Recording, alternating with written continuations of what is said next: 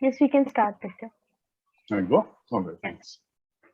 So, good evening, everybody, and welcome to this webinar that we're organizing with India Sanitation Coalition, Center for Science and Environment, CDD Society, IRC, UNICEF, and WaterAid, and of course, the Susanna India chapter. The purpose is to help implementers take decisions about managing fecal sludge in rural areas and to help them to through developing a decision tree which implementers such as panchayats and rural municipalities can use.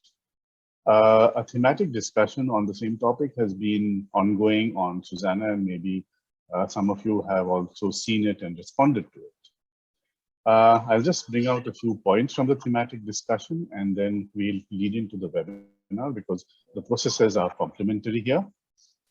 The participants in the thematic discussion have said that how do you select the ideal treatment capacity for designing fecal sludge management given a cluster of villages? Now, there are varying scenarios across a single district, and assessing ideal capacities which would cater not just to present but to future populations is a challenging task. And it's not the same as putting in a toilet for a household, but this is something that's going to be ongoing for several decades. Even if infrastructure for treatment is built and provided, ensuring proper and timely desludging and the discharge of the collected sludge at the designated point is another challenge, and it requires much stronger institutional and regulatory mechanisms. The end use of the fecal sludge and the liquid should determine the technology used and the standards prescribed. With a different economic and administrative structure as compared to urban counterparts, that is municipalities, neither the community in rural areas nor panchayats may have the sufficient resources or capacities to manage an FSM system unless it is low cost and technologically appropriate. Faulty construction of toilets, that is single pits, and containment tanks, actually are a euphemism for septic tanks, in most parts of rural India could pose a demand risk for any new FSM system. There are limited financial resources and behavioral challenges, and it might be difficult to attract private service providers in rural hinterlands. And also the market is much more dispersed than in urban areas. One major reason for poor FSM in rural areas is its high cost. Existing FSTPs across the country, the capex and opex have not been very cost effective if you take a full cost recovery approach, and panchayats cannot afford to build or operate them. The transport of fecal sludge for treatment over long distances is also not viable because of high transport costs. Now, some solutions have been proposed in the thematic discussion. One is to develop a public-private social partnership using a hybrid annuity model. The value proposition from treated fecal sludge and water needs to be demonstrated to make the system viable for private operators. Promoting on-site sanitation strategies can reduce the problem, such as converting single pits to twin pits and making sure that the containment units have been retrofitted as septic tanks. But they have their own challenges. And it may only be it may be the only affordable method in the long term. Two existing models of FSTPs were discussed or presented in the forum during the thematic discussion. One is from Wayanad in Kerala, which TriMove infrastructure built and operated for a year. This has now been handed over to the municipality that is working out how to ensure its financial viability by increasing the tipping fee and selling the treated fecal sludge. The second FSTP is in Odisha in Dhenkanal town. The revenue is from demand-based collection. The FSTP serves the town of Dhenkanal and 49 panchayats. And it is another model that proves that the clustering approach for the FSM can work. And we will hear more details about this during the webinar. Now, I would like to introduce our eminent panelists, and they are from different parts of the country and neighboring country, Bangladesh. Dr. Abdul Al-Mueid, who is the Chief Operating Officer of CWIS-FSM Support Cell, Department of Public Health Engineering, Bangladesh. Mr. Ajit Saxena, who is the Executive Director of EEDS Bhopal and is an international development consultant. Mr. Sudanand Mohanty, who is the Associate Fellow and State Coordinator, Odisha Projects for the Center for Policy Research based in Bhubaneswar. And Mr. Avinash Y. Kumar, who is a Senior Fellow at Saki Waters in Hyderabad. So we have people from different parts of the country, different experiences, different perspectives, and it's very exciting to have them all here. Thank you for joining. We have two very experienced facilitators, Susmita Sengupta, who is the Senior Program Manager at the Center for Science and Environment in New Delhi, and Sandhya Haribal, who is also Senior Project Manager with CDD Society in Bangalore. So I think I'm going to hand over to our facilitators for a very exciting discussion. Just a bit of housekeeping to our participants. Please put your question and answers in the Q&A box, not in the chat box, and we will pick it up after the panel discussion session is over. Please do mention which speaker you have in mind when you're posing your question. Okay, thank you. Over to you, Sushmita and Sandhya. Thank you very much, Nitya, for that brief description and also taking us through the key points of the discussion. Of course, it's been very exciting, and I'm sure many of us are looking forward to get some answers to our questions, which we've been, which have been cropping in our mind while we are working on ground. So how we are going to do this is that we have a set of questions, and we would be posing it to each of our panelists. Other than this, I'm sure the other questions that come from the participants could be taken up in the end. So as we all started with this whole subject of saying how effective are our rural schemes, how different are they from the urban sectors, from the urban spaces, because we know there's a lot of variation on ground. So before we jump into what's happening in the country, we would definitely like to hear from Bangladesh experience. So my first question would be to Dr. Abdullah, saying that what, according to you, could be the ideal approaches then when we speak of rural FSM? So, how has it been taken up in Bangladesh? If you could share your thoughts. Thank you, Shantaji. I hope that you all can hear me. Yes. Right, great. So, considering the Bangladesh aspect, particularly for the rural areas, I would like to connect, first of all, the policies, how that has been implemented by the government first.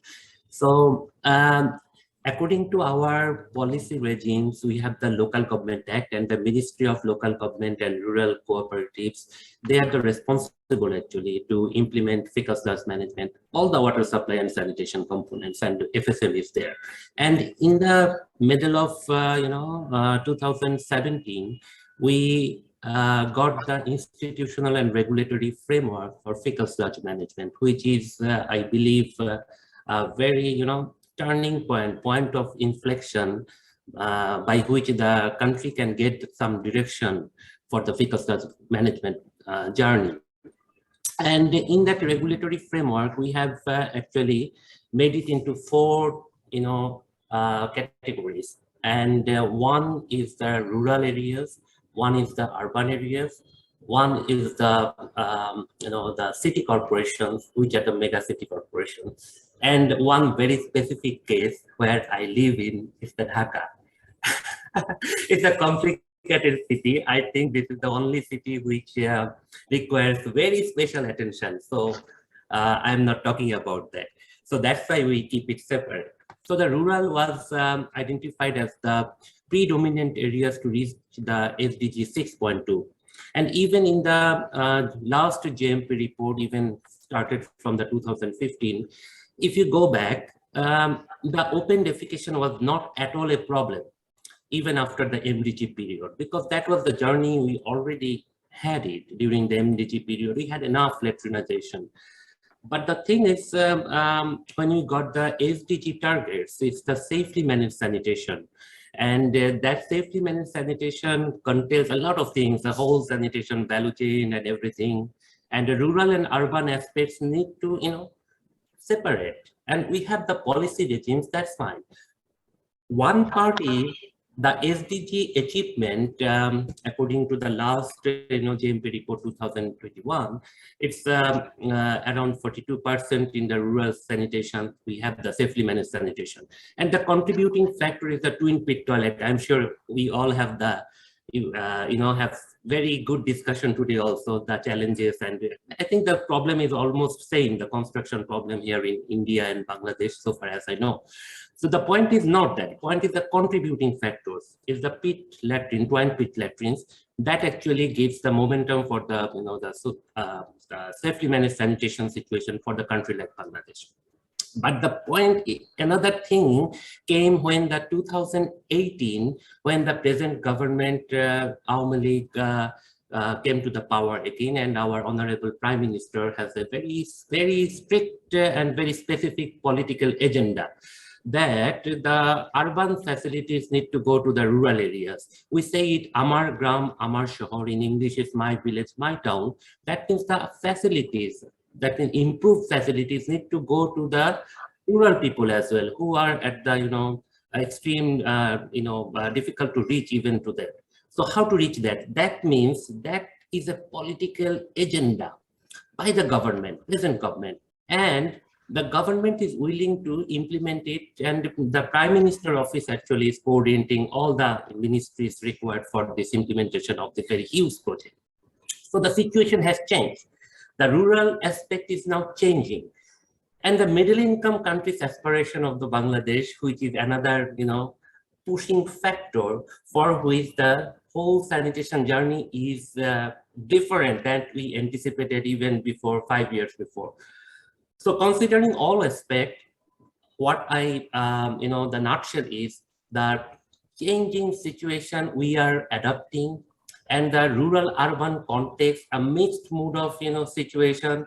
It's not the absolute rural is the twin pit, absolute urban is the, all sort of 50, no, not that condition, but a mixed mood of, technology selection, a mixed mood of, institutional arrangement as well, and a lot of collaboration, even in one ministry, local government ministry, by the local government institutes are required, and we are that, the paving that route.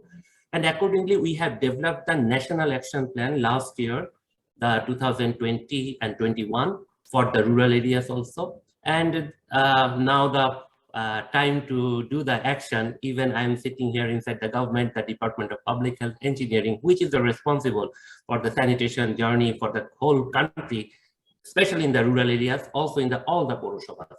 So what I can say in a nutshell, the journey has just begun for the rural areas also, and also the urban areas, considering all the challenges, how to cope up that, how to anticipate that, how to overcome that.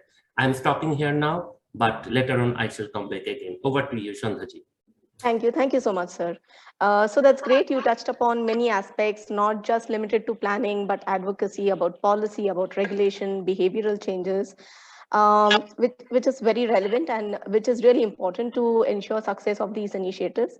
I will get back to you again on particular questions in other aspects of planning and implementation. But I would now take this question to Avinash. From a planner perspective, like Sir rightly pointed out, we do have guidelines. We have state level policy in some cases. We have a institutional mechanism, which is building on the existing institutional mechanism. It's not that there's a separate entity doing, focusing on rural fecal sludge management as such. But then according to you, how different would these FSM frameworks be? Like, even Sir pointed out saying that urban areas, you have to, see from a different vision. But our rural areas would be facing very typical problems, whether it's related to geoclimatic conditions, it's related to their, sparsity of development, or it's just the water scarcity, which is really a critical issue in some areas. So what, according to you, would be, a difference in these kind of FSM frameworks when we are speaking of specifically rural context? Yes, Avinash. Yeah, hi Sandhya. Nice to connect after long. And also, firstly, good afternoon to everybody. So yeah, s- starting off my answer to this question. So see, this part of this question, a part of the response to this question is kind of broad. We need to be clear that whether it's urban or rural, our goal is that the sludge that is emerging from these households, no, we are trying to, do pathogen reduction, organic load reduction, and finally reuse, right? That's same whether it's urban or rural. The thing that is different is obviously the physiographic setting, the settlement typology, the when I say settlement typology, I mean like the morphology, like how the roads are put in place, the and also the in settlement typology, I would also consider the income groups of the people, and finally the kind of assets that we are talking about, the kind of user interface, right? At the user interface, you have toilets, which largely will be of a certain kind in the rural setting. So it's now when this is different in both. Now, what do we know about this difference? Based on my own, the baseline assessments that I've done in multiple cities and multiple villages, I've done in fewer villages because the nature of how those projects get commissioned also is quite different. Like you said at the very beginning that, FSM planning is largely, there's a certain similarity. Though there is a similarity in the methodology, however, with the way, when you see how the work gets commissioned and the knowledge gets shared, it's very different universes, rural and urban. So let me just tell you what I can see when I compare the data set. So in one thing is that the urban areas, for example, you'll find a lot of these let's look at one or two of these variables, like when at the settlement level, what kind of toilets we are finding. So in the urban settings, you'll always find a lot of holding tanks and septic tanks, right, with a lot of liquid content and all that. Whereas when you go to the rural areas, you will right now, because of the Swachh Bharat mission, you have a lot of tanks and all. However, there is uh, uh, the issue is that the way these tanks have been built also, right? They, like, if you were to go to a rural area, you will find that fecal sludge per se is not their specific problem in the rural setting. The real problem there is the other component of wastewater that is emerging there. Fecal sludge itself, when you talk about in the rural setting, it's a question of scale, getting as many villages together.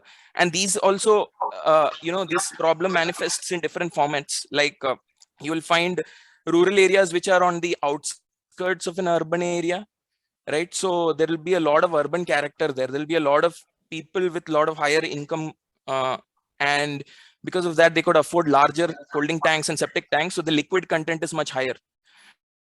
You might find so this is a specific case study in Palamner and Gangavaram, Chittoor district, where when we did some surveys, we found there is a large number of pits still, they're prevailing in the regions.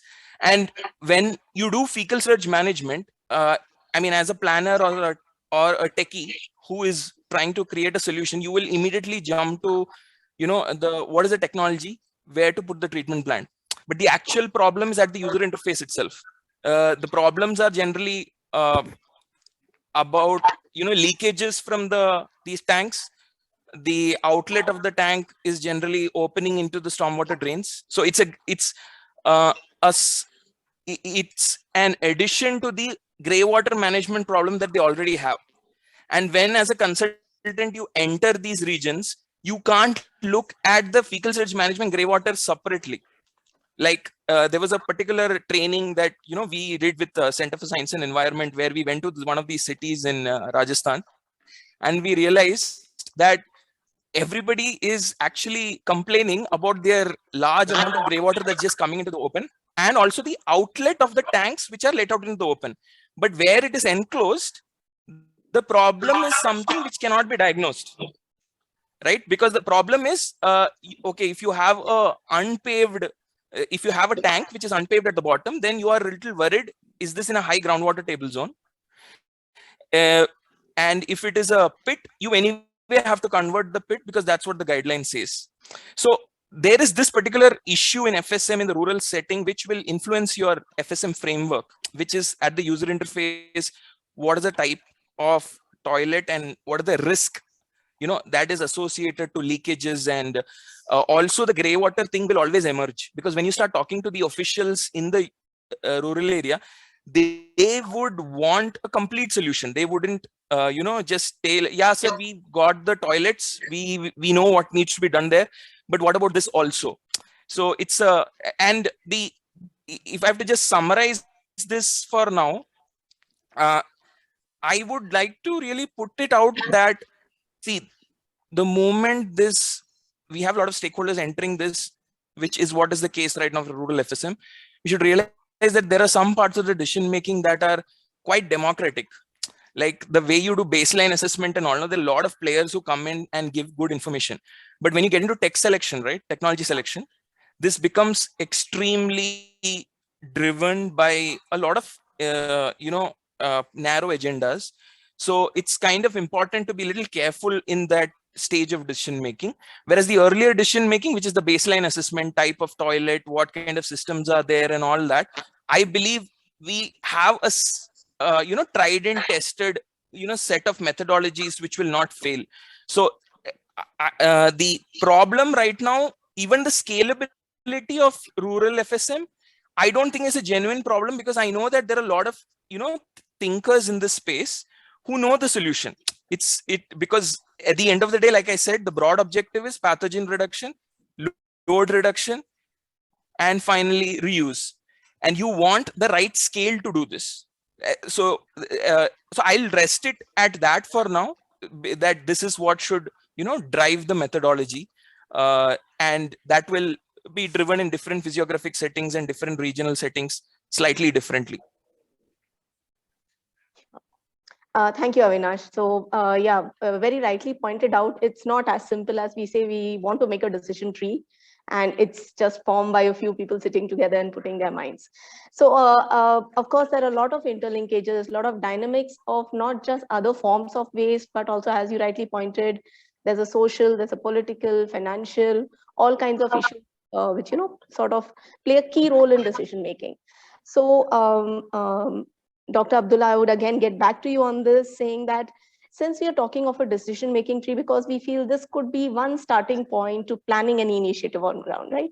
Because if you're planning as an expert, as a subject specialist, you would see things differently from the way Avinash rightly pointed out, saying that how will a panchayat development official or just a resident of a gram panchayat would see it, right?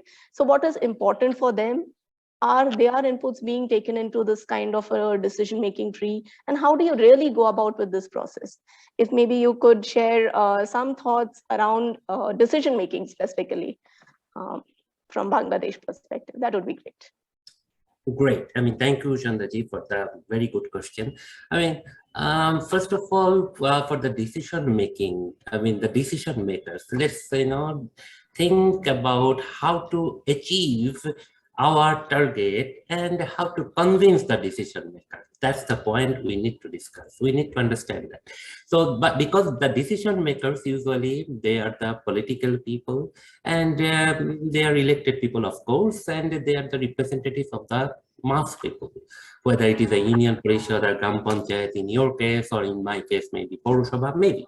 I mean, the point is how to let them in the part of the whole discussion.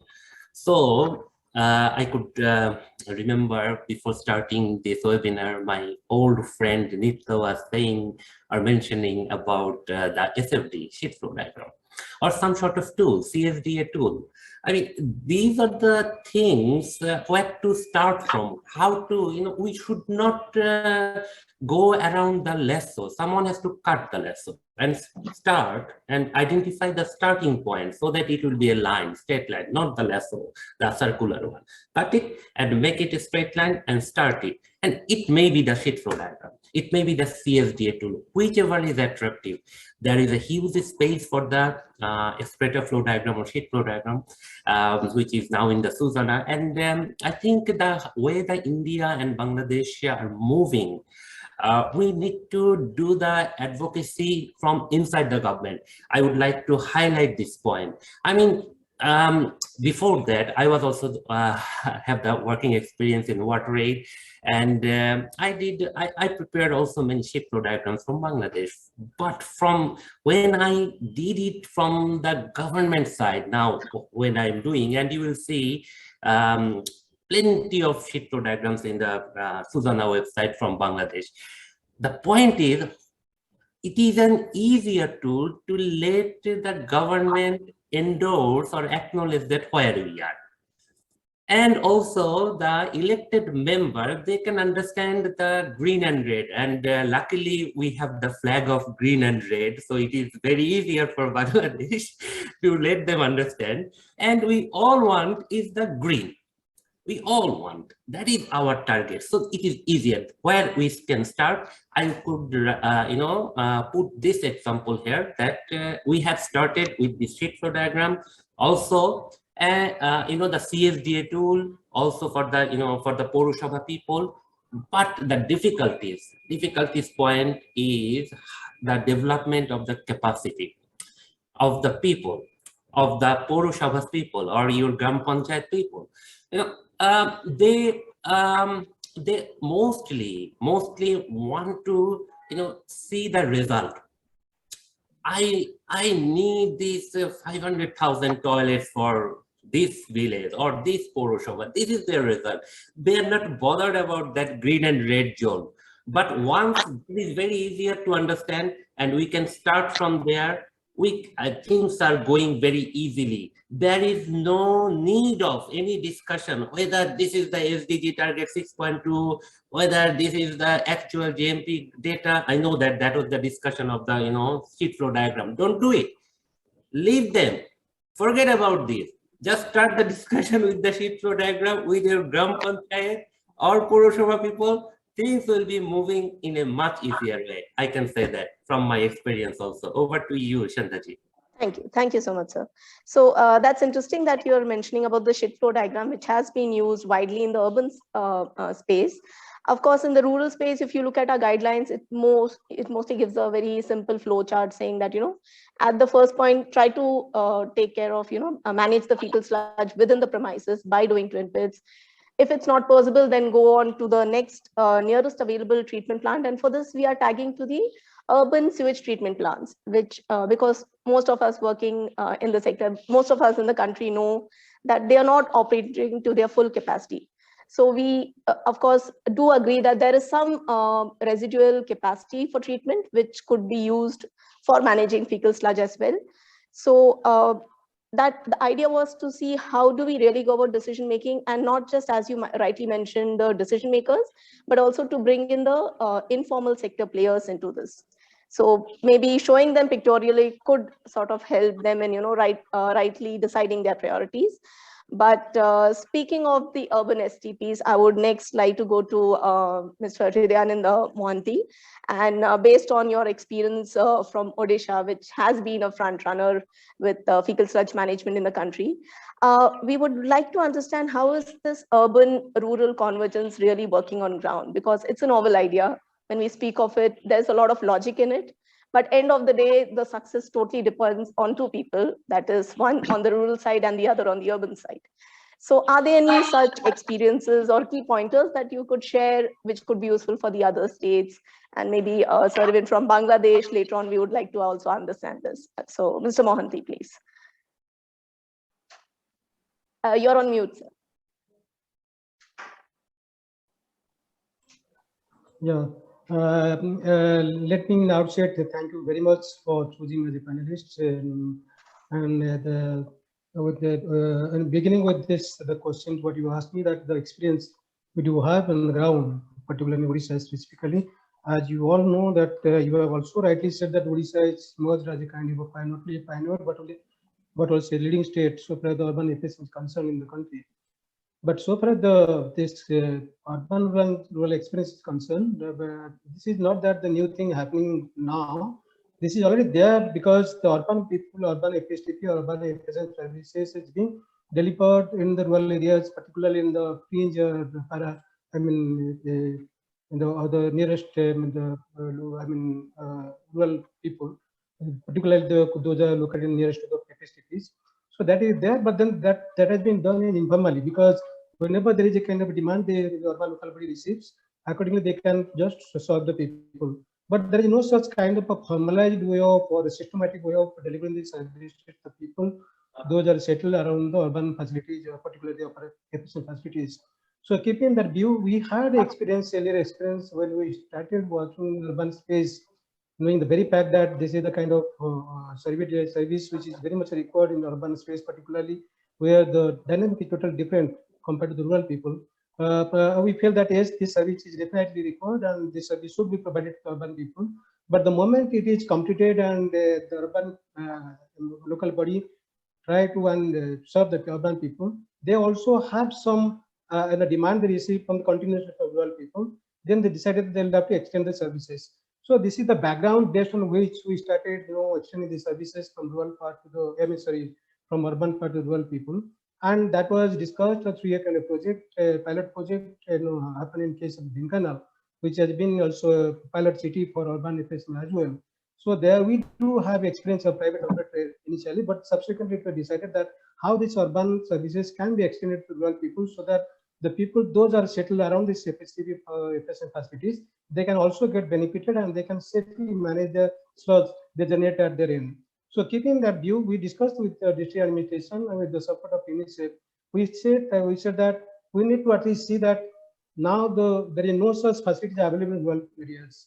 They will be definitely depend upon these urban people, urban FSM to get these services. But in this structure, in this background, when we discussed this the district administrations, they said yes, this is a kind of a gap which we feel now, because now the 100% people are now access to the toilets, but there is no such facilities currently available to these people. So we'll definitely extend this pilot project to them and see how it is working.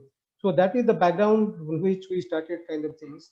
And then we started seeing that how we can make progress. I mean, how we can proceed accordingly, so that these people, they can get these services, not the way they are getting earlier, but the way it can be systematically delivered to them, and that will be formalized. So knowing the very fact that this service is not available at their level, how they can get the formal services from the urban local bodies, that was the process, that was the beginning point for us. We started working at the district level, and we started working not on district level, but at the same time also started working with both urban local bodies as well as the rural local bodies, particularly Gram Panchayat.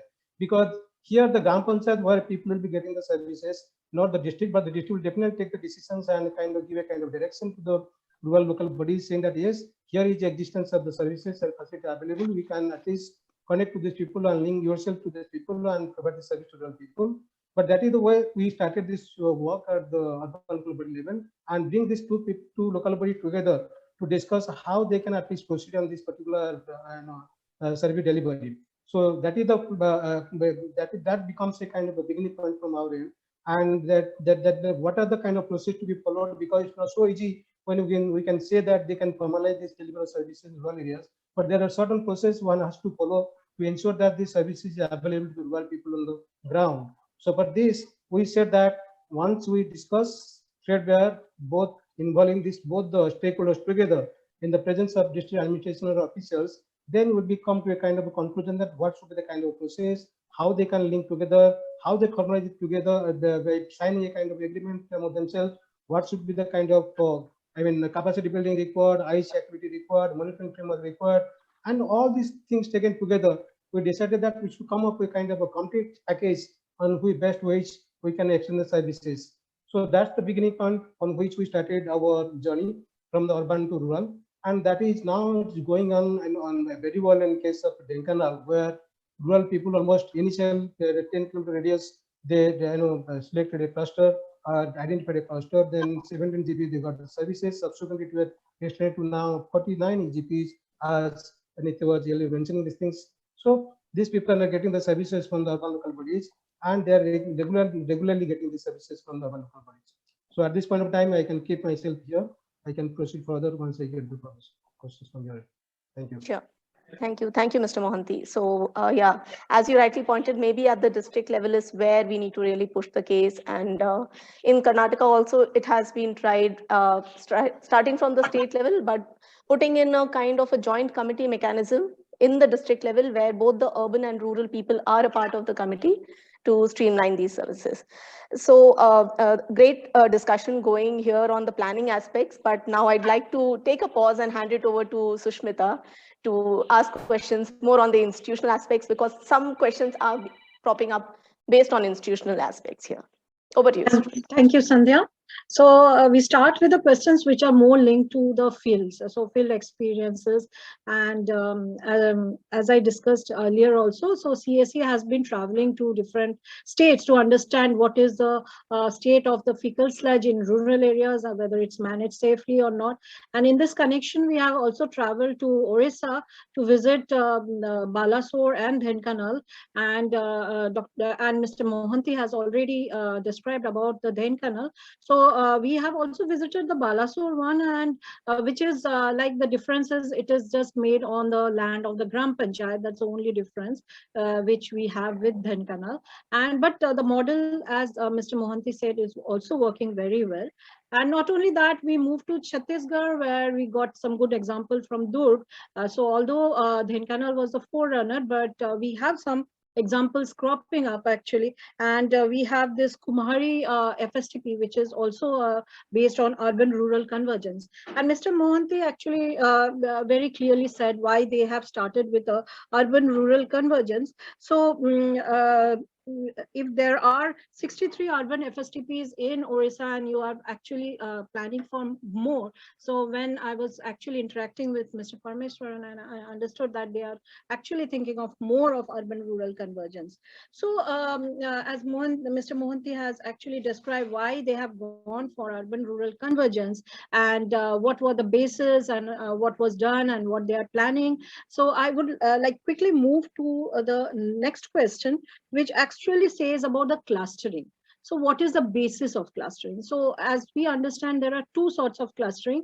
One is the urban-rural convergence, where you actually cluster the Gram Panchayats with a facility of urban treatment, or you actually, what Karnataka is also doing is actually clustering the Gram Panchayats and having a fecal sludge treatment plant for the set of Gram Panchayats. So I'm moving towards clustering because Mr. Mohanty has given a very detailed discussion of why did they start with fecal sludge treatment plants and urban-rural convergence. So very quickly, Avinash, I just wanted to know from your field experience, what can be the basis of clustering if we say that we are actually talking of fecal sludge treatment plant only catering the Gram Panchayats, if we are actually starting with that. So can you actually give me two examples so that we all are clear, like, is it different, a clustering for urban-rural convergence or a clustering only for the Gram Panchayats? If you can talk from your field experience. Yeah, so there was a scoping assessment that we actually did. So this was in partnership with WaterAid here in India. This was the example I was trying to quote earlier in Chittoor district. So it's basically Palamner is the municipality. In the outskirts of Palamner, there were 10 Gram Panchayats, following in Gangavaram and one another in a mandal which was also named after Palamner. So roughly 10, 20 Gram Panchayats. Now I'll have to share the anecdote, then it'll kind of self-explain what the situation yields. So when we went there, we clearly saw Palamner already had a large, solid waste composting facility with a lot of land. And it was obvious to us that, okay, this is a clear case of, this is like roughly 8 to 10 kilometers away from both the mandals. So why would we build something again for the Gram Panchayats? Now, the interesting situation was that in both, while the first 2 days of the surveys yielded this understanding, on the third day, while we were going through each Gram Panchayat one by one, we realized that there were compost sheds in each of these Gram Panchayats. And we could directly do, because you're just getting sludge from these small household units, you can just they have a very strong incentive to co-compost it there itself and reuse it also there. And some examples, I mean, my own experience when I was back in CDD showed that over time how farmers start liking the quality of the compost that is generated from fecal sludge. So there was a clear incentive there. It was not a marketable case. I mean, it's not that you're going to generate a lot of revenue or something, but it is at least environmentally sustainable, and also you don't have to invest a lot of additional funds there. So case one would be a case where each gram panchayat has its own compost shed, and you can do it in a very super decentralized manner. And because the gram panchayats we are talking about populations in the range of 5 to 15,000, right? So it's not very difficult for them to get connected to their asset. This is kind of little important in these things. And whereas when you need to consider the need for centralizing this, when I'm saying centralizing, I mean taking all the sludge from these 20 gram panchayats to the municipality, on the peri-urban limits of which on the rural fringe of which these rural areas are, then the cost for collection conveyance is also to be considered. And also when you take conveyance measures, you would realize that who's going to take ownership of these conveyance measures? Like so is the institutional entity the government who is going to buy these trucks, or are these government going to depend on informal operators who've been surviving here since decades, or so many years? So the question is how decentralized at the gram panchayat level you want to handle it, or if you really have to get it all the way to the urban area, it's a function of the distance, because the distance is where all your carbon footprint gets created. The financial sustainability of the collection conveyance operator, right, the truck operator, comes into question. And over there, one small point is that there are some cases where the truck operator, you will consider the the operator as in-house, where the government owns the truck, or sometimes it will be these private trucks who are already there, who they will take into business, or sometimes it will be giving it you'll have some kind of a shared ownership between the agency that runs the plant and gets the truck, so that you have a incoming amount of sludge coming in. So the operational models will be around these kind of you have to take these into consideration, basically, is what I'm trying to say. So with this, I move to Sandhya. Sandhya, as you know, that there are 5 operational FSTPs, and this data is from the ministry itself. So one means Karnataka is one of them where the operational FSTP is there. So I just want to know from your perspective, because you have been involved in all this making of this FSTP success. So what were the points you were thinking before actually clustering this gram panchayats? Was it only distance or something else? So distance was the first point of concern, because if logistically it doesn't work for any operator, vehicle operator, whether it is government owned or private, why would they travel so long to discharge sludge? So how we went about in the rural part is that now before that, I would just quickly also like to add that in Devanhalli also, which is an urban local body, we get a lot of maybe almost 30-40% of the sludge coming in from the nearby villages. Because what is happening is that when you tie up the private operators, they are not limited to urban or a rural area. For them, the only concern is that they need to provide services, get their fees against it, and run their livelihood. So in that sense, a lot of urban FSTPs are also getting rural fecal sludge. Within that 10 to 15 kilometers radius, we are fixing a number to it because we've seen that beyond that distance, it just doesn't make economic sense to drive for so long. Second thing, what worked in our favor in Karnataka was that when we started off with the rural FSM, the solid waste projects had been implemented. They were way ahead of in terms of time, in terms of implementation status. So what we found is that there were many gram panchayats which had demarcated like 7 to 8 acres of land, though the requirement would have been like 2 or 2.5 acres. but then they had enough land available, which they call kharab land, where you can't do agriculture. So those were not demarcated for SLWM facilities, that is solid and liquid waste management facilities.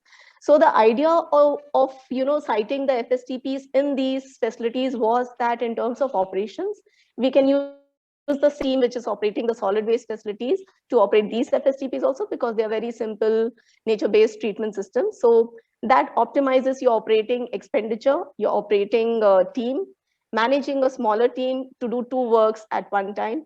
And as Avinash rightly pointed out, that there is an incentive for getting a good quality manure, especially where you get a lot of vegetable and market waste.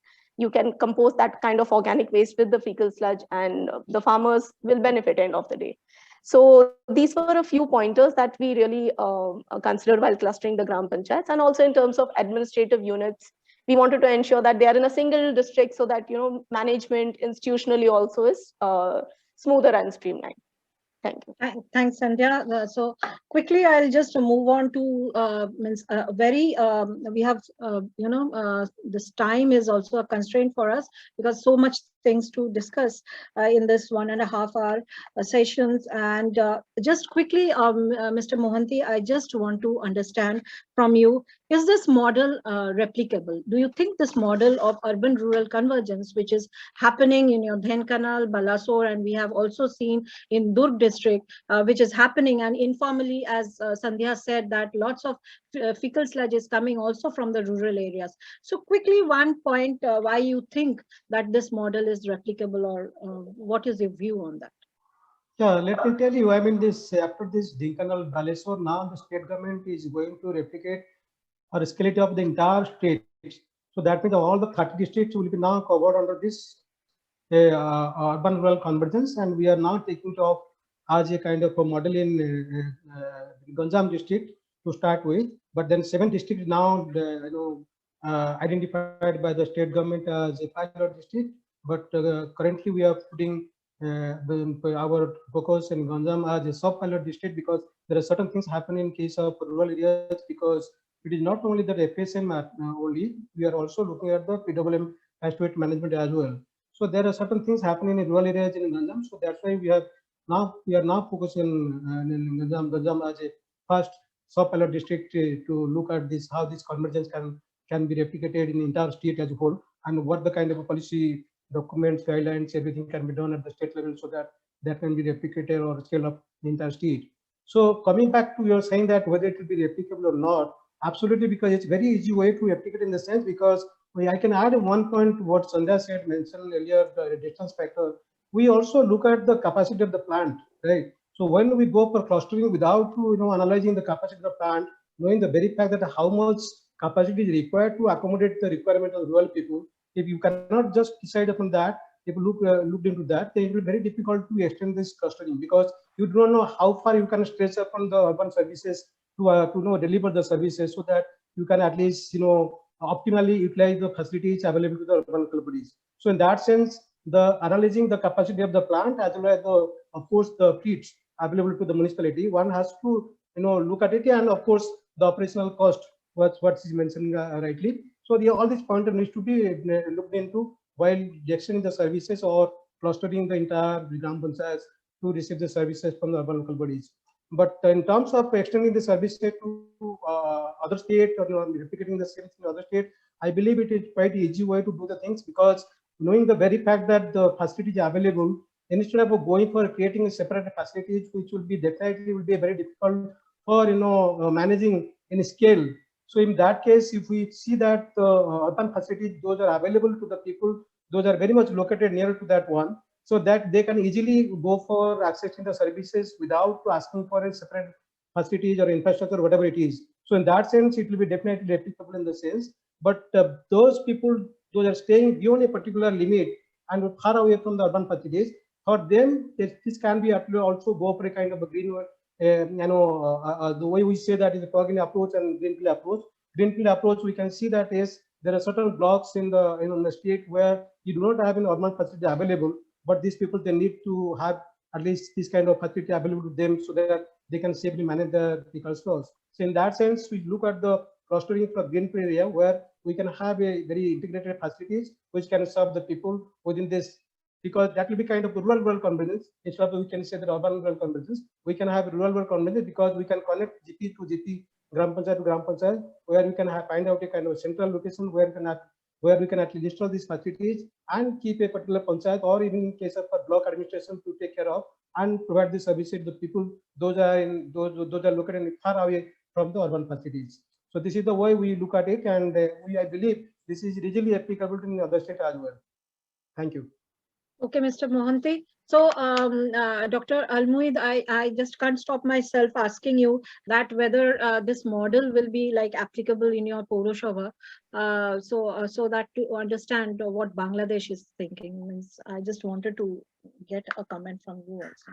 Yeah, absolutely. I mean, this is not the approach only. This is the reality. The urban and rural convergence is the reality of the country. When I mentioned that the urban facilities, improved facilities, will extend to the rural people, it means it's not only the water sanitation component, it's the whole infrastructural facilities, roads, networks, bridges, culverts, and everything. And that will incrementally, enhance that, all sort of facilities, as well as the waste also, including the fecal sludge also. So the point is, the convergence is reality in the coming days in Bangladesh. Again, I mean, the point how to address that. So in the rural areas, where there are, people, extreme poor people, so how to give them the suitable toilet. So according to our proposed strategy, which was published in the last year, so the government will provide all the, improved toilet without any single penny. That means that absolutely free of cost. They will gonna get it, that one toilet, and that will contribute to the, safely managed sanitation in the long run. So we will connect this unserved people. Number two, when rural transformation is going on, we are anticipating that the economical situation of the country is booming, and facilities are going.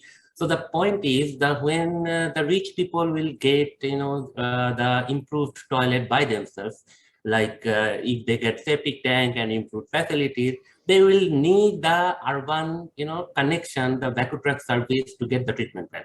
So we need to connect those facilities for the rural areas also. Number three is when the rural are changing, the growth center, the market areas, the hospitals, other facilities by the government and the private sectors, those are also enhancing the service to the people. The banks are going to the extreme areas, rural areas of the country as well. So their infrastructure grows, as well as the, the facilities of the urban fecal sludge management will be growing up.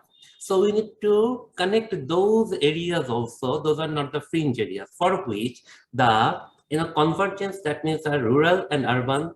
So who will operate that? The Poroshava, nearby Poroshava will operate that, but they will extend the facilities to the rural people when it is necessary. That means when the septic tanks are needed, are there collecting the fecal sludge and coming to the treatment plant. So this is the point how we are going to address this. But one thing I would like at the end, that the government, we are a very small country, as you all know. So we don't have enough land, very honestly. So our approach is the integrated waste management, where we consider both fecal sludge and solid waste together in one treatment plant. So this is our approach. I don't think so there is better way to deal particularly in a country like Bangladesh, because solid waste is a growing problem. It will be a huge problem in the coming days, not only in the big cities, but also in the rural areas. So to address that, we are considering the same treatment unit for both fecal sludge and solid waste. Over to you, Shushmita. Great, Dr. Almuid. So I'll just checking the question answer box. I just find one question from Mr. Shiv Kumar, who says that, fecal sludge treatment plants may be created, but they are actually lying unutilized. So do you face this type of problem in Bangladesh also? Unutilized. It is question to me, Shushmita? Yeah, it's for you. Okay, okay. So the point, it's not the fecus loss treatment plan, it's the operation of the fecus loss treatment plan. It's always everywhere. So the point when we say it is my, still I am doing the advocacy inside the government, that whether we are seeing it in the lens of service or in the lens of business. So there are two different approaches. When we say that we are approaching towards the lens of service, it's the environmental benefit and all the public health benefit that will come forward first. But when you say that it is for the business oriented, it has to be absolutely business oriented, then it is different. But gradually, in incremental time, that will be some sustainable one, and for which it's not that from the very beginning of the FSTPs we are going to get some profit, but over the 10 years, 15 years, I don't know, or 5 years, the business plan is important. Previously we had the lack of that, but at present I could see the question from the Shiv Kumar also. It's not the wastage of money, my friend. It's the investment to preserve the public health of the people of Bangladesh, because those treatment plans, once we get the proper business plan, what we are now developing, and some of them are operated fantastic. I could say that Shakipur, Soyodpur, you could visit there, they're fantastic, they're operating. And the Lakhimpur also running by the government, that is a good example for the ONM also. So taking those lessons and good examples and to replicate in the in the practical field, so that will be the root of how we can make it as a good investment, not the wastage of fund. Over to you, Shushmita. Thanks, Dr. Almuid. So we have in this session, we just actually talked about the real field experiences and what are the issues and the solutions also. So, but technically, we need also to understand what works well. For this, I hand over the session to Sadhya. Thanks, Sushmita. So yes, totally agree that if technically also we are not in the right, we don't take the right decision, the whole efforts of planning, institutions, finance will definitely disrupt. So in terms of technical also, when we are looking at technology options, we are trying to see it over the sanitation value chain, starting right from the toilets, saying what are the toilets really connected to. So I would like to bring in Mr. Ajit Saxena into this discussion right now, saying that guidelines speak of retrofitting single pits, because we know that in many states, many districts, instead of twin pits, because of multiple reasons, there are single pits, which are really leading to a lot of these issues, and where we have really felt the need for FSM to come into play. Otherwise, with twin pits, it would have really functioned very smoothly. So what is your assessment of this retrofitment of containments as a first step, especially given in our context, the large numbers that we are looking at? Actually, thank you, first of all, Nitya, Susanna, and Sandhya, and all the eminent speakers for giving me this opportunity. I feel that single pit is not the solution. Retrofitting means adding definitely one extra pit, and that is required also. In case of this containment, we have 3-4 options other than this double pit, like dry or flush toilet with on-site disposal, on-site system with FSM and off-site treatment, biogas-based toilets, and then BMGF reinvented toilets. If you see 10, 12 design they have developed, but 1 or 2 may be considered in future. Other than this, DRDO bio toilet is also there. But retrofitting is an issue even in the new septic tanks also. I just take an example of I was working as a team leader of ADB in Mizoram, doing the same kind of work for urban and convergence with the rural. So I find that it's a major or critical for FSM planning. We need to have technical IEC. Technical IEC means if you are constructing a septic tank, what would be the real design, actual design, and what you are doing. Normally in India, if you are a big man having more land, you are constructing big tank. And if you are a small man, you are going on different options. This was the even trained in Mizoram also. So we do have to need a plan from the beginning. Technical IEC will be involved from the beginning why a particular design of septic tank is needed. If not, what happened? In fact, 50 to 60% of the septic tanks are crying. Similarly, in 2-pit latrines, they are good. People are started using, but how to evacuate and how to treat them, like initially one of the panelists asked this question, what are the solutions? So retrofitting is a major and critical item for FSM planning. One has to analyze house-wise requirements and what is the situation, and then what would be the cost. This can be, the cost can be, the estimate can be prepared by the panchayat, but cost will be beared by the community. This is one thing. While we go for the retrofitting, even a person, medium level person, not even poor, they are not able to pay extra money for retrofitting of the septic tanks. Then the time taken for that, then the machines availability, then people are not very much convinced why we are doing. If we are not doing, what will happen? So these are the issues over there. Similarly, in the another side of treatment side, it's a limiting factor for FSM design, we feel. There are many technologies, but not all the technologies are not yet very much established. CDD has done a very good work. CSE has analyzed many things. But if you see, we, as a technical person, I don't feel that we can just suggest a technology based on few findings. So it's a very much localized level analysis, and based on analysis, we have to give these solutions. Convergence is one of the approach which is good, because if in 10 or 15 kilometers, we have the different kind of technical, different kinds of containment or fecal sludge flow, then we can take those sludge to this city-based or semi-urban based treatment plant and get it done. But another thing, again, the disposal from these plants are not very much monitorized, or data analysis is not much available. Frequency of checking is very, very less. So we can't say that things are treated well.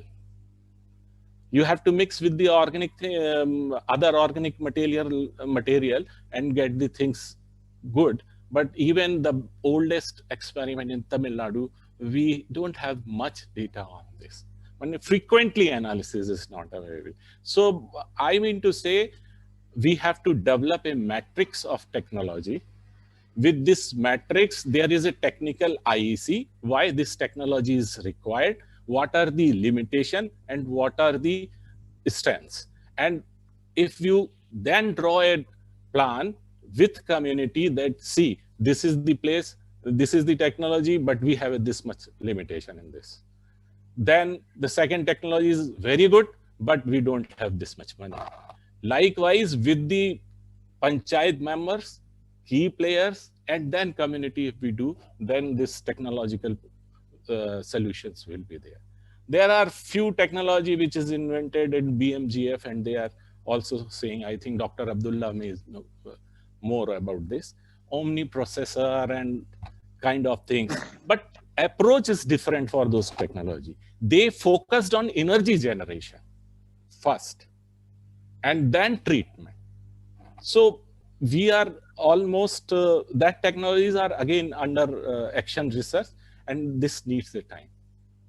So this is what I feel. And over to you, sir. Great. Thank you, sir. You actually extended the question, but I'm glad because you touched upon very important aspects, saying technology is not as simple as design one thing and, cookie cutter job, Yes. do it everywhere. I totally agree with you. And this is music to ears, saying that it is very contextual. So since I would also like to bring in Sushmita and share some experiences regarding especially retrofitment, because we also saw very unique cases where there were multiple pits, but then they were connected to each other. I mean, it was as simple as just reorganizing the connection and educating the people, the user, on how to use it as a twin pit. But there were also extreme cases where there's no space, you just had to put a single pit, or you had to put a small holding tank, but then it's overflowing into your nearby stormwater drain. So very context specific issues we have seen. Maybe quickly, if you could share some ideas. Yeah. So this actually again brings us back to our field experience, where we have traveled to Orissa, Rajasthan, and Jharkhand, where we find like different types of single pits. Actually, most of the cases we are finding single pits. In Rajasthan, especially, we find deep single pits actually touching the groundwater also. That's a problem. And then we have seen in Orissa also, we have seen, especially in Puri district, which is the coastal belt area, where people are not going for pits, but they are going for some type of boxes, which we call the holding tanks, and which is as big as a room actually. And so below their house, they actually construct it, and that's actually madness which people are actually following. And even if we see single pits, like the whole sludge inside it becomes so solid and so hard that the whole thing is collapsing. So this is what we are seeing. Like, we have also traveled to Karnataka, and most of the places we have seen that single pit is the thing. Although the government has promoted this twin pit honeycomb structure, even if the twin pits are there, we rarely found that people have followed those designs of twin pit structures. So, but again, we have seen that people are not buying in retrofitting. Once is the lack of fund, lack of land. They said that, so we have actually spent 12,000 rupees for making a single pit. So where do we find the money? It's only 4,000 rupees that you are getting for your retrofitting. So this is the type of answers we get when we interact with the communities. So so the only way out we are thinking of is now that all the toilets are made in the first phase, so off-site treatment. That's the only avenue actually to bring about the safe management of fecal sludge. So what do you say? Thank you. Yeah, thank you, Sushmita. So I'll quickly bring in Dr. Almuid to give some perspectives on how you all are going about with selecting the technology, or, you spoke about twin pits, but a very quick input on that. Yeah, I mean, thanks, Ajitji, I mean, for bringing the metrics of the technologies. I agree with you, sir. And definitely, I mean, this is the need of the people. Also, I mean, not only for Bangladesh, but also all the South Asian countries need that, surely. But the point is, I mean, the technology selection, to me, I found that it's relatively, not so much difficult from my field experience.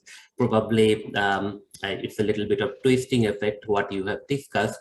But let me share, I mean, some of the experiences at the hill tract regions. I mean, they are the tribal peoples live there, and they have their own, behavior on that, how to defecate and the toilet technologies. But the issue is, it's not the technology, it's the how to fit the containment to make the environment safe. That's all. We don't need to change everything. When you say reinvented toilet, multi-unit reinvented toilet, I mean, those sort of very on-site technologies, then question comes the affordability. Is the great innovation by the Bill and Melinda Gates Foundation, availability and affordability that comes to the question. And still the Ankur is doing the research in India for these technologies, also for the omniprocessor, which is a different level of treatment unit. But the whole point of discussion, please come at the user end. That's my humble submission to all of you. If it is single pit or twin pit, but let's talk about how to educate them, how to use them, how to do the O&M of their own households. I mean, even how to educate the local, masons to construct the twin pit latrines or the single pit latrines, doesn't matter at all. Make it a good one, make it a best fitted one. I mean, those sort of skills at the very grassroots level is imminent, what we are discussing here. So educating the skilled laborers as well as to the household levels, the people are very much important. At the community scale, I think, as per my experience, it is running quite well because community, community toilets are managed by, some group of people. So someone is looking after that. This is not happening well, we need to dislodge it or we need to make it safe disposal. But, the issue comes at the household level, what my understanding is. So I would like to give emphasis on the education here. Number one, it's not only the awareness raising, not only the campaign issue, but also the education, whole education. That's why from the, our end, what we have suggested, I already mentioned that we will gonna provide the household twin pit septic twin pit toilet to the extreme poor people. But we are also developing the manual and with their own language, actually, very local level language in Bangla, and also deliver how to do the O&M also. This is the one findings I believe that is very important. It's a part and parcel of the whole project also. It's not the isolated component. So the government is doing that component. Second part I would like to mention is the treatment technologies.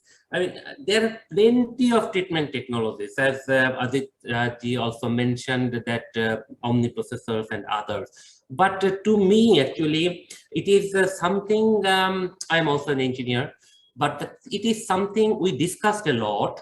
We focused on only the treatment technologies, forgetting about the other associated peoples. I am thankful to one of the participants who already made these questions, the sanitation workers, their health and safety, whether their work is rewarded or valued, because it's a chain of work. Look, from containment to safe disposal, there are a number of peoples, a group of peoples, where some peoples are working on the sitting on the chair in the office, right, in the Poroshava level or municipality level. Some people are working at the field to get the fecal sludge from our septic tanks. I mean, the versatile, different level of people are engaged there.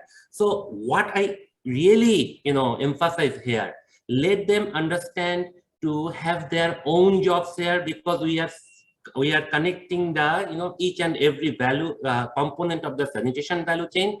Poroshava people, sanitation worker, plant operator, and everyone, including the mason. So that let them have their own skill, let them educate, and probably we'll get better results. It's not the magic, we'll not get in a day, but within 1 or 2 years of practice, the situation will be improved. That's what I believe.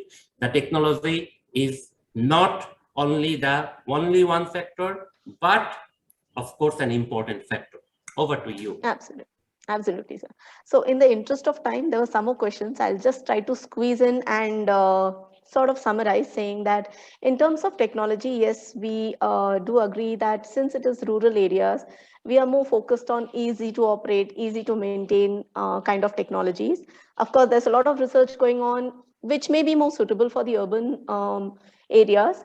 But that need not just totally discount the rural areas, because there may be some peri-urban or peri-urban areas which have a land constraint, so they would want to go for more mechanized ways of treatment than the nature-based treatments. And maybe they can afford to have the utilities, the electricity, and even human resources to manage. So on the part of technology, I just want to bring in one very essential question which has come in earlier, saying that we are speaking of first is the containment and second is the treatment. But there's a very important link in between, which is the transportation. And in many of our rural areas, we see narrow lanes, we see access issues with hilly terrains. So are there any inputs, any good examples where people can pitch in? There are just 1 or 2 examples we've seen in India. So yeah, I just open it out to any of the panelists.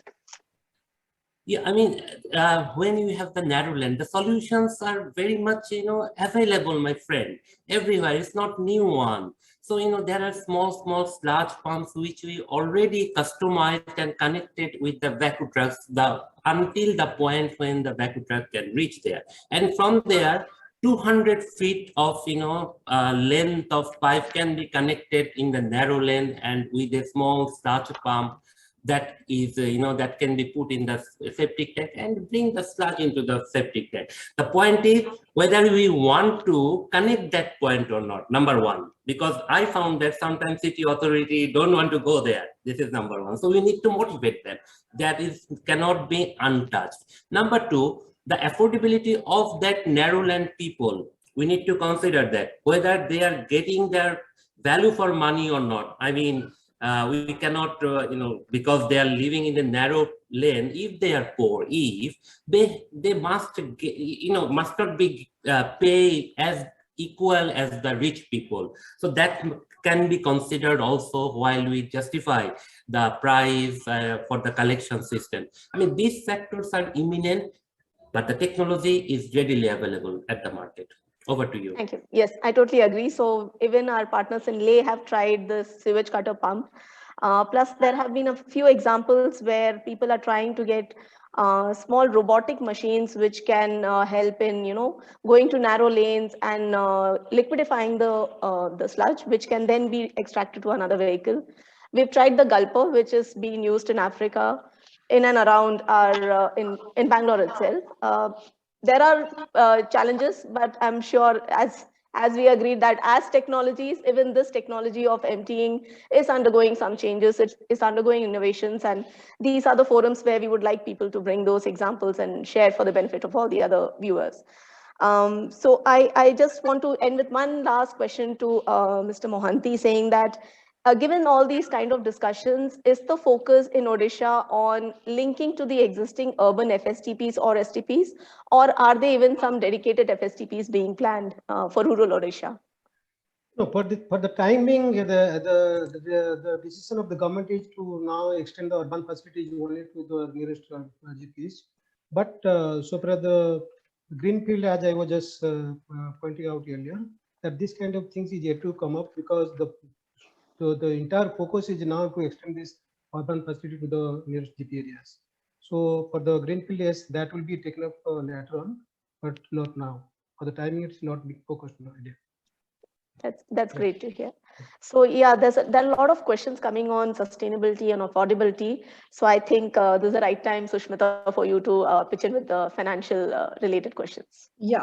So as we were discussing the vehicles, narrow lanes, gulper, and everything, just a quick understanding, because as I told you, that we have been actually traveling to different states. So wherever we have seen the urban-rural convergence, the vehicles are there under the SHGs, which are the existing vehicles, and they are being used. But as I told you, there are 5 operational FSTPs which are dedicated to only Gram Panchayats. So they are facing problem for actually purchasing these vehicles. So my question to any one of the panelists, like what is the finance for this buying the vehicles for these FSTPs which are like only dedicated to the Gram Panchayats? Anyone who wants to pitch in, actually. Yeah, Sushmita ma'am, I have a point to make here, which is like, when we look at the budgets of these Gram Panchayats at the block level, right, we are talking about a really small own revenue size. So they don't really have the two things. Decision making capability is also one part, but so the oversight, the strategic oversight is only for that small region. They can only decide. Plus the money is not there. So it has to be a district level, or it should be a district level function. So the district collector would have to make these decisions. So I cannot speak on their behalf on how they will do the mandate, but it is a district level function in the rural setting, in my understanding. So for assigning the trucks and the assets, that's what I would say in short. So Sandhya, can you just also Yeah. just add to this? Like, Yes, that's a challenge we've been facing to operationalize some of our FSTPs, and it's coming from the background that there are no scheme funds available for it. But what we realized that in such cases there is a vibrant private sector which may be informal. It's only a matter of formalizing them, licensing them, training them to extend services. And in some places, we've tried to also break down the cost, saying that if you have a tractor already available for your solid waste collection, large scale solid waste collection, you just need to get a tanker with a pump and use the same tractor. So we are trying to do as per the particular Gram Panchayat's scenario, talking to the Taluk Panchayat or the next level at the Zilla Panchayat, and seeing how we can address these issues. There may not be a straight cut answer for all the Gram Panchayats, but yeah, I think when we get down to a grassroots level, we can find out some simple solutions there. okay. So yeah. So, Mr. Mohanty, I just means continuing with what Sandhya has said, like as we are talking about the urban-rural convergence, the solid example which you have said in Orissa. So, I just wanted to know, like, how do you actually fix the best fare for the, for the vehicles which are running for the rural areas, because they are under SHG, as we understand when we actually went there. Yeah, I think currently what the price, fixation of the price is done as per the framework or the guideline issued by the state government. But then, so my opinion is concerned, the price should be fixed, taking into different parameters into consideration, at least at ULB level, and that should be the basis, because that's why the government is saying that whatever price is being currently taken by the urban local body, that should be, I mean, particularly in urban areas, that should be taken as a kind of base price, and based on that, whatever distance the vehicle will be covered, so for the cluster is concerned, because the cluster is currently, the state government is guideline is issued for covering 20 kilometers radius from the urban local body's boundary. So in that sense, we have made a three kind of distance band: 0 to 10, 10 to 15, and 15 to 20 kilometer radius. Within that, they are saying that and they are saying that we have to use two vehicles, two different capacity of vehicle. One is 1,000 liter, because as earlier was discussed, there happened that why we ask for 1,000 liter vehicle, because it's small vehicles. It can go into depot, I mean, any look and corner of the villages, depending upon the narrow villages, or depending upon the pit latrines kind of things, because knowing the very fact that the maximum number of pits is available in rural areas, or maximum people are having access to pit toilets. So keeping that view, we feel that this 1 KL vehicle will be appropriate to send that vehicle for collection. But the thing is that 1 KL vehicle, they are saying that if they go for 10 kilometer radius from the municipal boundary, they'll consume kind of a 2 liters oil. So and they have kept 90 rupees as kind of benchmark per liter of the oil. So if 3 liters on 10 kilometers they're going, and 2 liters oil they're consuming, then that means 90 into 2 or whatever is being coming out, that is added to the base price, whatever the urban local body is now currently collecting from the urban people. So that becomes the price fee structure for the people, those are, I mean, coming under this 0 to 10 band distance. And similarly, to go for 10 to 15, they are increasing it to 5 liters oil that will be consumed by the particular vehicle, and accordingly 5 into 90 and plus the base price, whatever it would be, that would be the price for the people those are settled within the 10 to 15 kilometers. And similar approach is also followed for the people those are located in from 15 to 20 kilometers. So that is the way the price structure is being now fixed for the people, particularly the rural people, to access these services in the urban services. Thank you, Mr. Mohanty. But with this, I just move on to the Bangladesh Poroshobas, where Dr. Almuid, how can you make FSM a cost-effective mode of service delivery in rural areas? Any ideas on that? How to make it cost-effective? Cost-effective, I mean, this word, I think we need to say it after a few years. That's my understanding, my ideology. So my ideology is to bring the service to the people first. So the point is that in the Poroshobha, we are still, at the not in a definite solution that whether we need demand-based emptying or schedule-based emptying, which one is just suitable. Again, it is context specific. That means, you know, if it is schedule-based, then it will be more sustainable because the city authority will, you know, get some revenue after 6 months to collect that, you know, fecal sludge or not. It will, you know, help a lot of issues otherwise also to solve, because the open drain connection that can be removed easily. There is a lot of, you know, pros and cons also. But the point is, again, comes to the affordability and the behavior change, because in many of the countries, because so far, you know, we didn't have any treatment plant in the cities in mostly. So far in Bangladesh now 12 to 15 around small or medium or citywide, you know, treatment plants are there. But within 2 to 3 years, it will be more than 150 because the government is scaling it up very rapidly. So in this point of transition, the city authority or Purosabha will get the sludge only if they are willing to give the sludge to them. I mean, by paying the service.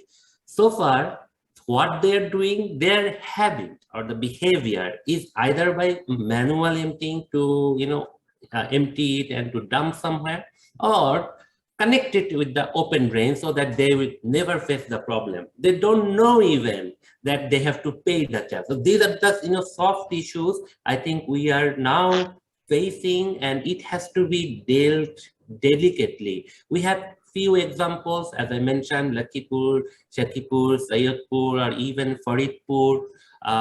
We are taking the lessons and making the business plan, as well as, you know, we have to let the mayors of that Purosabha understand that we need to stop those illegal connections. We cannot, you know, make the direct connection from the septic tank to the open drain. So these are the things we need to set first before proceeding to the setting of the, you know, whole free structure. But I can give you to, you know, one example that in Bangladesh, you know, there are so many cases. I mean, volume-based discharging rate, or even the, you know, one-time collection fee rate.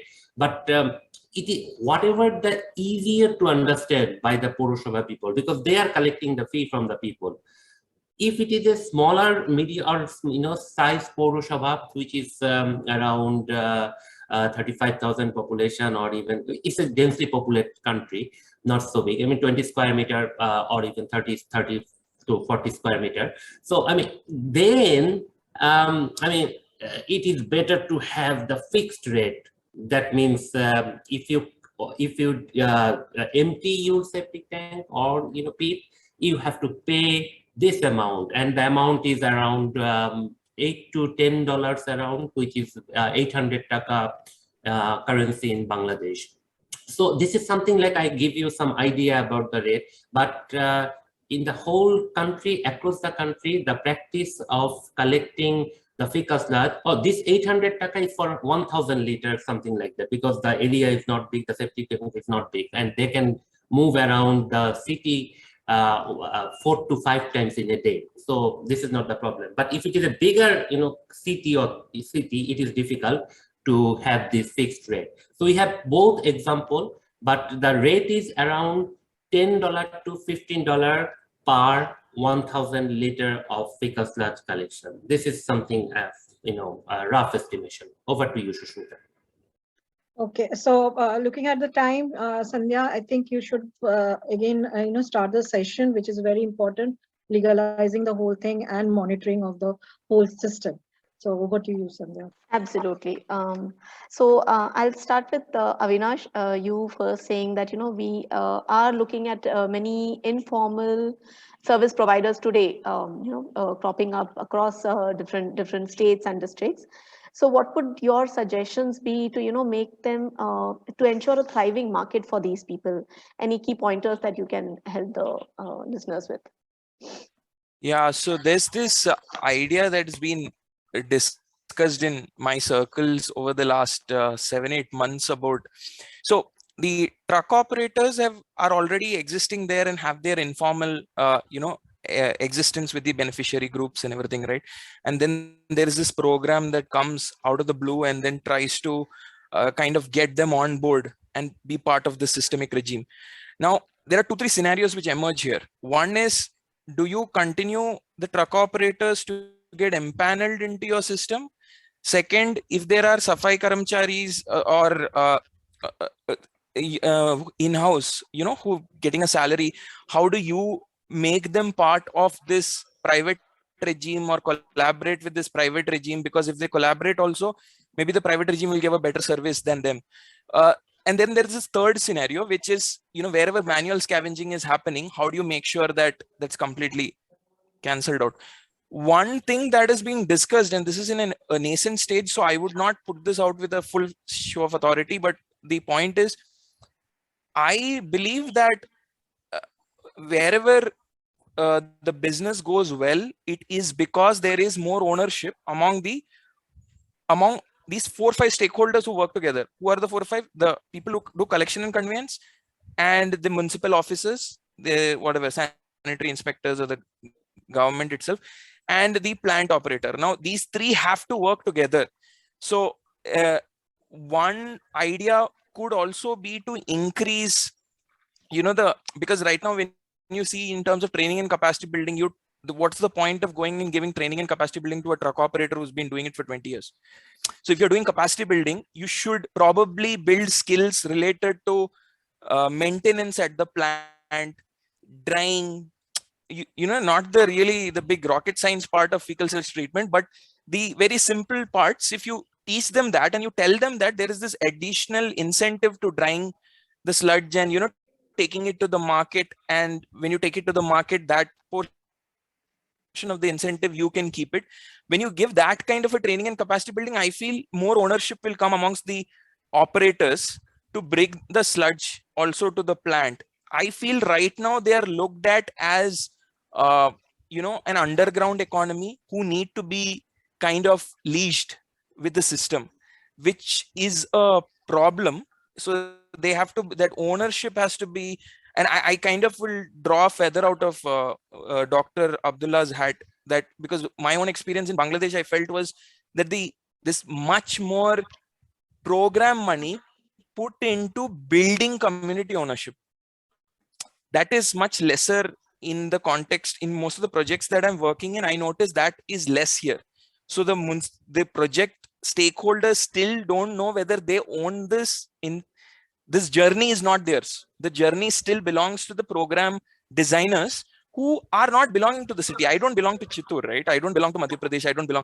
So that ownership, and just one final point there is, when you bring so there is one model where the truck operation is completely independent and the plant operation is completely independent, and then you monitor both.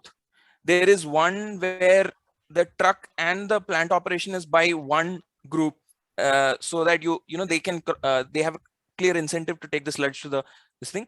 And the other is, so basically these arrangements are all centered around the principle of service should not be compromised, sludge has to be collected and conveyed. Then you should cushion viability gap funding in case there is some problem in the middle of the project. There should be, so the arrangement should be done. Then there should be incentives and cost recovery, not in the short run. Like sir said, this is something after 3-4 years of really putting the systems in place, then you can talk about incentives and cost recovery. Right now it would be blasphemy to even mention that. And last, not last but not the least, is creating institutional separation but not allowing monopolies to exist. So this way, if you can, these are principles. I'm not even telling this as this has worked. You will find these have worked in different cases around the country. So from the case studies which CSE, EVAG and all have worked on, when you see them separate in isolation, you'll start finding these learnings. But yeah, these are the principles around which I think. Great. That's actually a very important input coming here, saying that we are not speaking only of infrastructure creation, but running the whole show. And for this, you need to have even the informal sector folded in. And that could be either capacity building and training, awareness creation, upskilling them, giving them the kind of benefits any formal service provider could get. These are all important. I would also like to go a little bit more deeper into the Bangladesh experience, since you right now spoke more on the financial and other aspects, saying that how is the role divided there in terms of the Panchayat Raj Institute, the Gram Sabha, or the Paurishava, the Gram Sabha, who plays what role, and how is the private sector looped into this whole initiative? Yeah, thank you, Chandraji. I mean, there is always a card side, of the blessing. That means the coin has two sides always.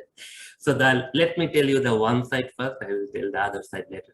The one side of the coin is the poor, according to our Local Government Act 2009 and all the institutional regulatory framework, as I referred, the policy regimes. The Purushabhas are responsible for providing the sanitation service to the people. So this is very much clear. Who is responsible? The Purushabha people. I mean, Purushabha itself.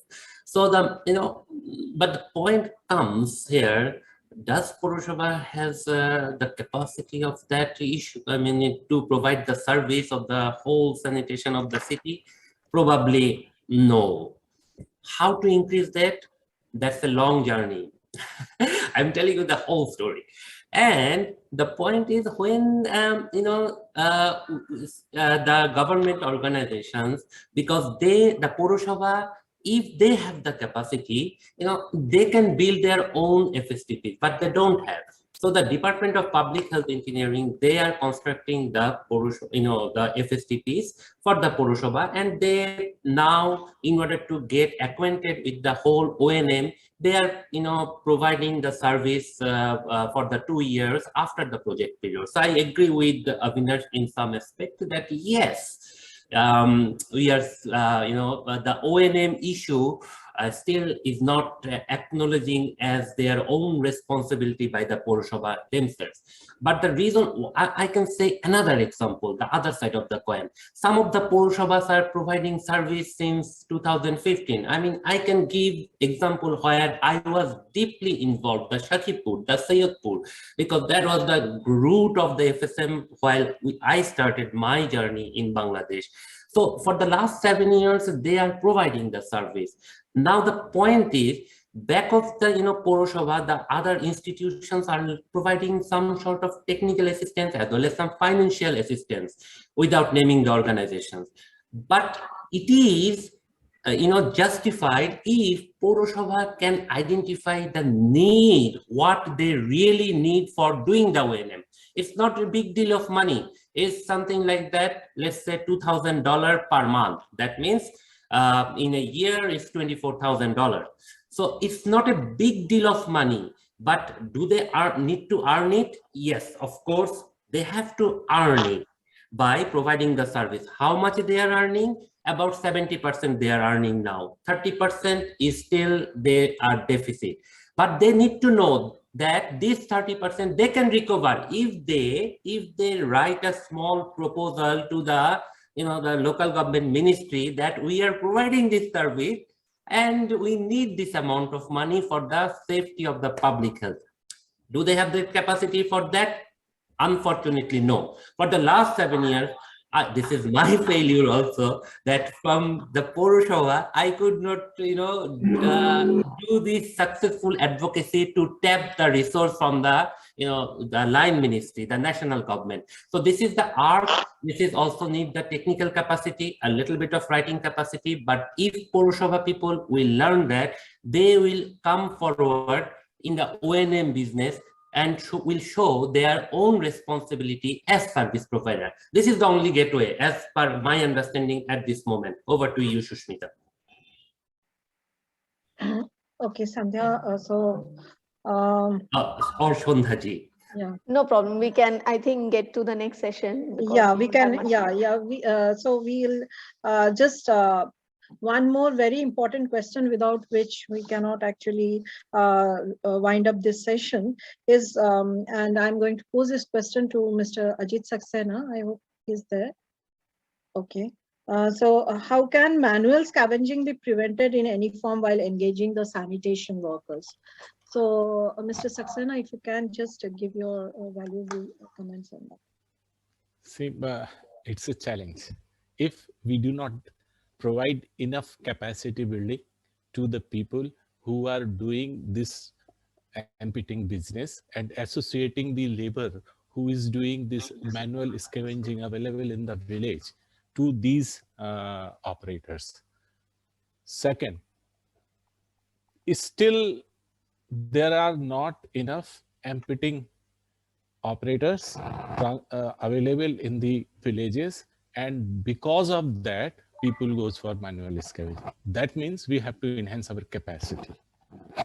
Then if we find out some of the people, try to provide them as much as awareness and if effect of the manual scavenging in the village if they do.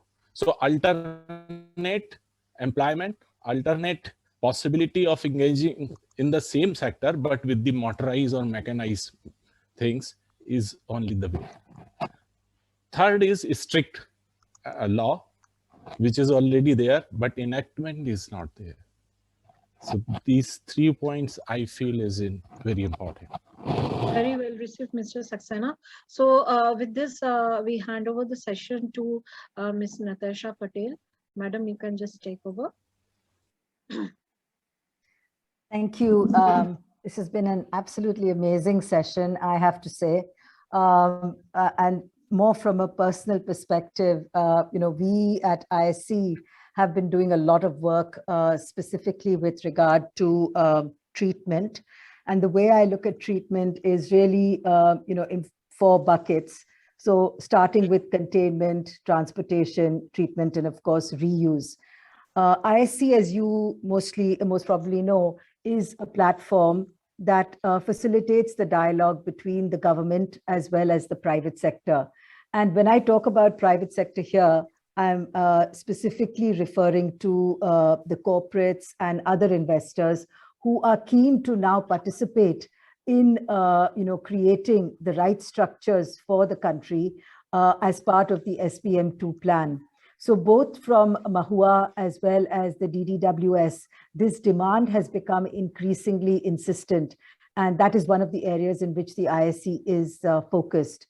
To give you an example, we have, at the end of last year, we actually concluded a dialogue with the DDWS ministry to look at 100 districts in phase 1 across India, rural India, where we would create lighthouses in blocks that would be pre-chosen and which would be under PPP partnership with the Gram Panchayats there. And so a lot of the points that were raised today were very, very interesting in terms of the kind of solutions that we will now be looking to put in place in these model or integrated villages, as we are calling them. Mr. Mohanty, you referred to the rural-urban convergence. And I think I do agree that that is the only way to go forward. However, the point raised by Arvind, which is around, some villages having their own compost sheds, this is going to be a reality with us for some time because, the geographical distances in some of these villages is huge. And so when you turn it into an economic cost, that becomes a challenge. So until we can find a better solution, we may have to live with these compost sheds. So I think that is something that was quite interesting and quite an eye-opener for me. Sandhya, you mentioned the solid waste management models already being put in place, and hence, FSM solutions being given to those individuals who are managing these. And I'll give you an example in a while about how this can be done through the private sector. And then again, Mr. Monty, you referred to the integrated treatment facilities. which are basically lower in operational costs and larger, because they have larger volumes. And again, I do agree with you on that. So just to put all this into perspective, what is it that the project that I was just referring to aims to do? It aims to actually work in public-private partnerships with corporates that are already doing this work on the ground. So you will be surprised. I'm not sure. I'm sure those who are in the field will not be surprised. But for some of you who may not have seen it, you will be surprised to know that there are corporates that have been actually working on integrated village models for the last 20, 25 years. And they've been doing it entirely off their own cost. But there is the issue of scalability. And this is what the government has recognized. If we have to scale some of these models and take them to other villages and make them equally efficient in terms of lighthouses, then we have to be able to come together between the government and the private sector. And hence this model will look at the future in the following way. So yes, I like the word technical IEC. I think it's an excellent terminology, and hopefully we will be able to use this going forward, specifically with regard to retrofitting, because this is a huge challenge. They don't want to retrofit. They believe it's a waste of cost. How do we actually go about making them understand the necessity of that from a sustainability perspective? Involvement of the private sector definitely will look at rural-urban convergence, because hopefully the need to have individual compost pits in villages will go down dramatically over the years, and having centralized FSTPs, in areas where we can actually club villages together with the corporates coming in, to fund structure around the transportation piece, that is clearly an area that they are looking at. Alternative treatment for reuse for remote sites. I think, again, this is very interesting. Currently today in the rural context for solid waste management, it is all around nature-based solutions. That is not going to suffice. We have to look at chemical treatment, and that can only be done if we do it at a centralized, in a centralized way. So integrated treatment facilities are definitely the way to go. I like the concept of customized technology, but customized technology is not sustainable. We have to look at something which is going to, over a period of time, be sustainable. How do we go about doing that? Skills development, absolutely. I think India has shown the way to the world, where we have even developed the Rani Mason concept. That is something which is so gratifying when we talk about it in an international forum. That becomes something which makes us stand out. So I absolutely think that our concepts around SHGs, Rani Masons, these are truly unique things that we can take to international forums. And finally, the education. This is where, again, the private sector is of huge help. Working with the village communities, I've seen organizations who over the last 25 years have just sat with Gram Panchayats, worked with them to develop their skills, to make them understand what is available to them through the various government schemes, and helping them to develop their own skills so that eventually they can actually take over, because the ground reality is that communities have to be able to manage this themselves in the long term. So I think that is, again, something, that private sector can actually work with the government on. So bringing the service to the people is a today concept. Making it cost effective in the future is the future concept, as far as I can see. So retrofitting, transportation, simple technologies, advocacy with the GP, these are the 4 big areas where we see the private sector actually participating in a very large way. And this project hopefully should go live by the month of May. We are already, starting to work with these corporates. The government is starting to engage with them in these various districts. And hopefully we can do the next 100 districts very, very quickly. So thank you again. I think everything that you have said has been music to my ears. A lot more for us to be able to put into our various programs. And hopefully we can engage with you in a much deeper dialogue going forward. Thank you very much.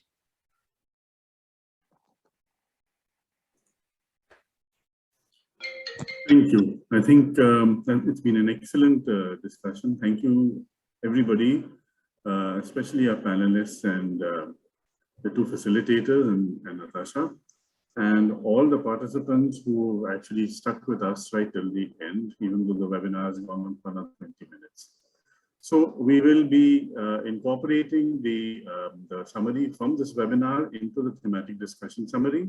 And hopefully in a week's time, we should be able to share that with you. And we will also work on the decision tree that we've been talking about through this webinar. And hopefully that will find wider use. Thank you, and we'll wind this up here. Thank you. Thank you, everyone. Thank you for the time and an interesting discussion. Thank you. Thank you. Bye-bye. Thank you. Thank you. Everyone. Stay safe. Thank you. Bye. Thank you, everyone.